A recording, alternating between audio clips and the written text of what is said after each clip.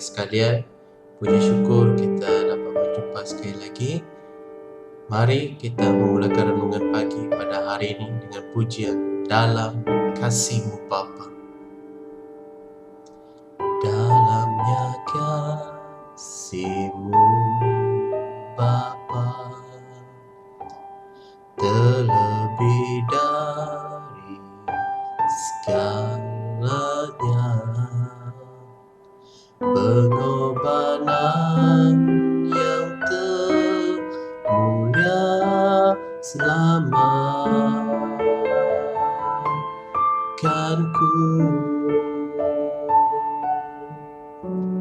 Dengan darah yang tercurah, ampuniku atas dosa.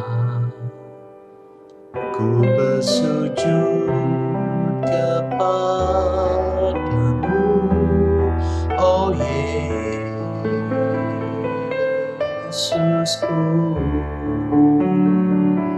Engkau ku sembah, Kau yang terindah.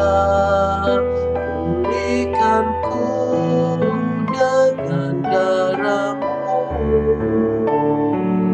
Engkau ku sembah, Bapa mulia.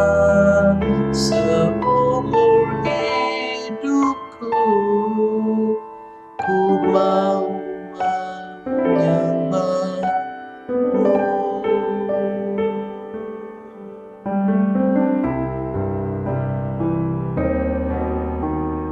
Dengan darah yang tercurah, ampuniku atas dosa. Ku bersujud kepadamu, oh Yesusku.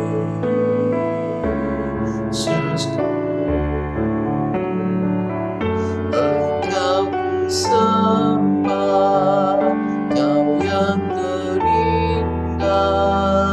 Pulihkanku dengan darah-Mu. Engkau ku sembah, Bapa mulia. Seumur hidupku ku mau menyembah-Mu.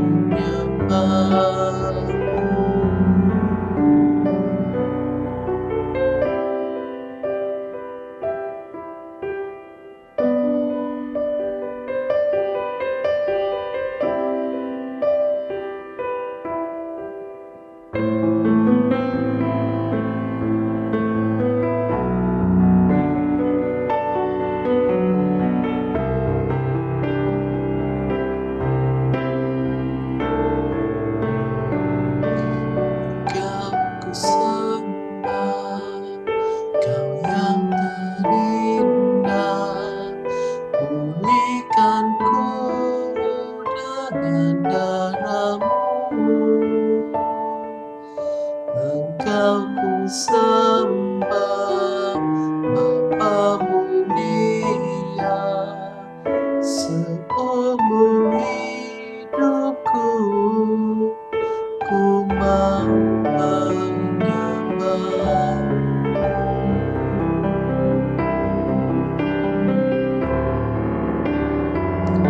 Engkau ku sembah, Kau yang terindah.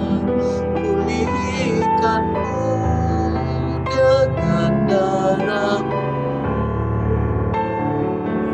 Engkau ku sembah, Bapa mulia. Seumur hidupku ku mau menyembah-Mu.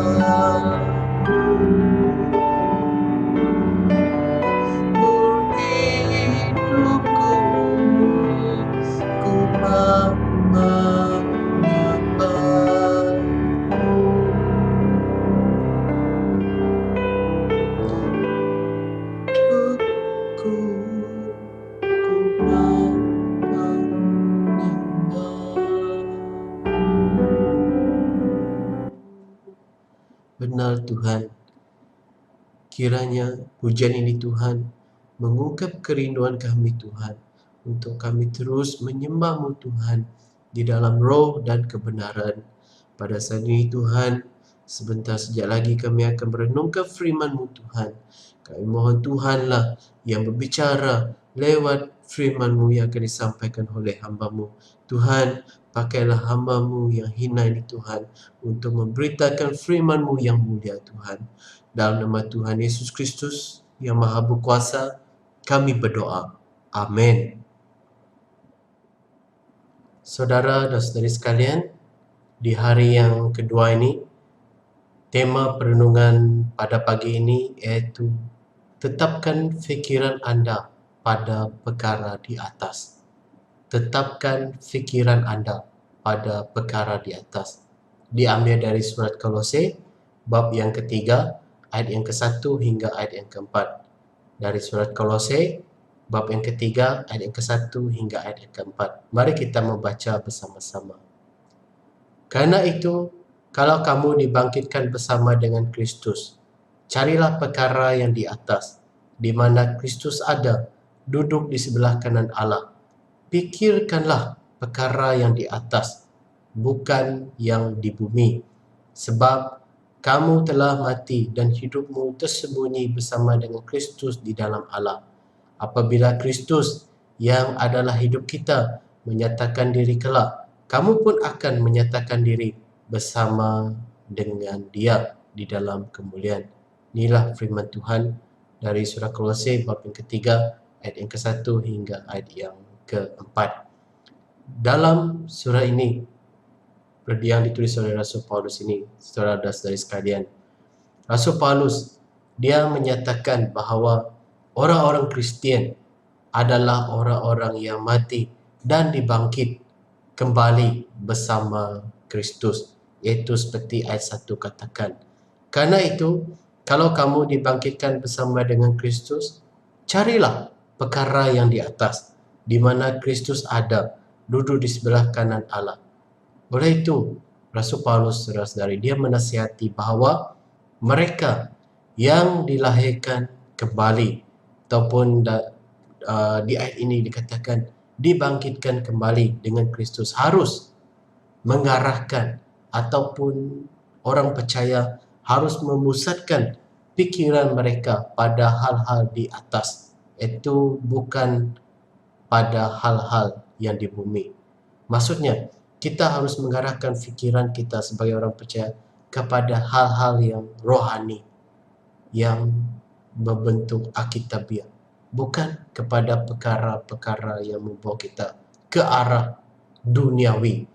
Menurut Paulus, saudara dan saudari sekalian, hal-hal yang di atas ini berarti bahwa hal-hal yang berkaitan dengan Yesus Kristus yang duduk di sebelah kanan Allah, ini didasarkan kepada kepercayaan untuk mengutamakan pemerintahan Yesus di dalam hidup setiap pengikutnya, setiap umat Tuhan, saudara-saudari sekalian.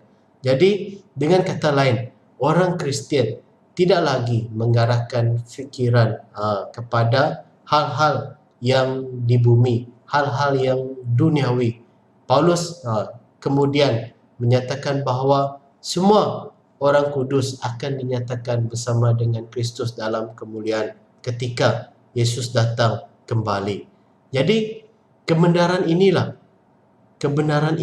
akan disembunyikan untuk saat ini, tetapi akan diungkapkan ketika saatnya tiba, seperti ayat ketiga hingga ke ayat keempat berkata, sebab kamu telah mati dan hidupmu tersembunyi bersama dengan Kristus di dalam Allah. Jadi selanjutnya ayat keempat berkata, apabila Kristus yang adalah hidup kita menyatakan diri kelak, kamu pun akan menyatakan diri bersama dengan Dia di dalam kemuliaan.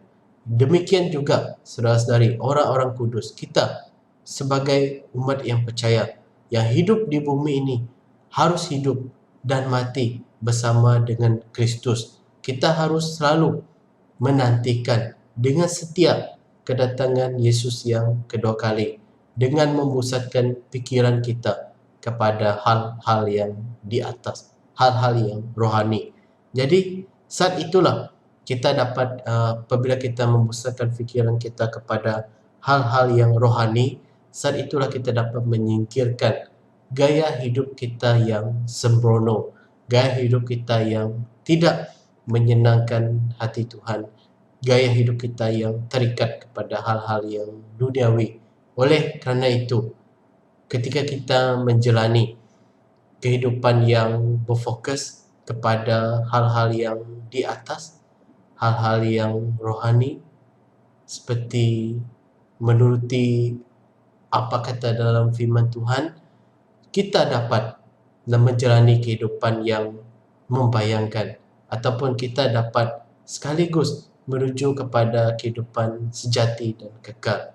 Ingatlah saudara-saudari bahawa jenis kehidupan yang terperangkap dalam hal-hal duniawi ataupun hal yang di bumi ini bersifat sementara saja dan akan menjadi sia-sia kalau kita terus terperangkap dalam hal-hal duniawi.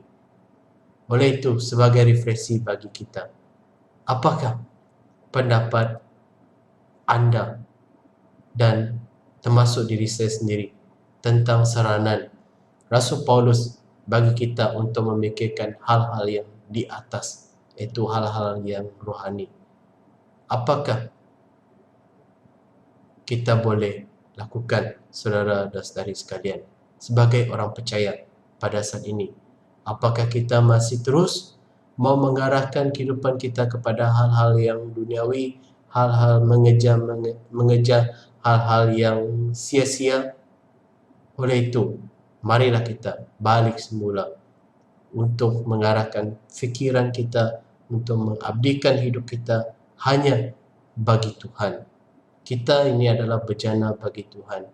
Oleh itu, mari kita siap dibentuk dan siap dipakai oleh Tuhan. Mari saya mengajak saudara-saudari sekalian, kita berdoa bersama-sama dengan doa ini. Tuhan, menolong kami mendambakan hal-hal di atas dan hidup dengan setia bagi Kristus. Dalam nama Tuhan Yesus kami berdoa. Amin.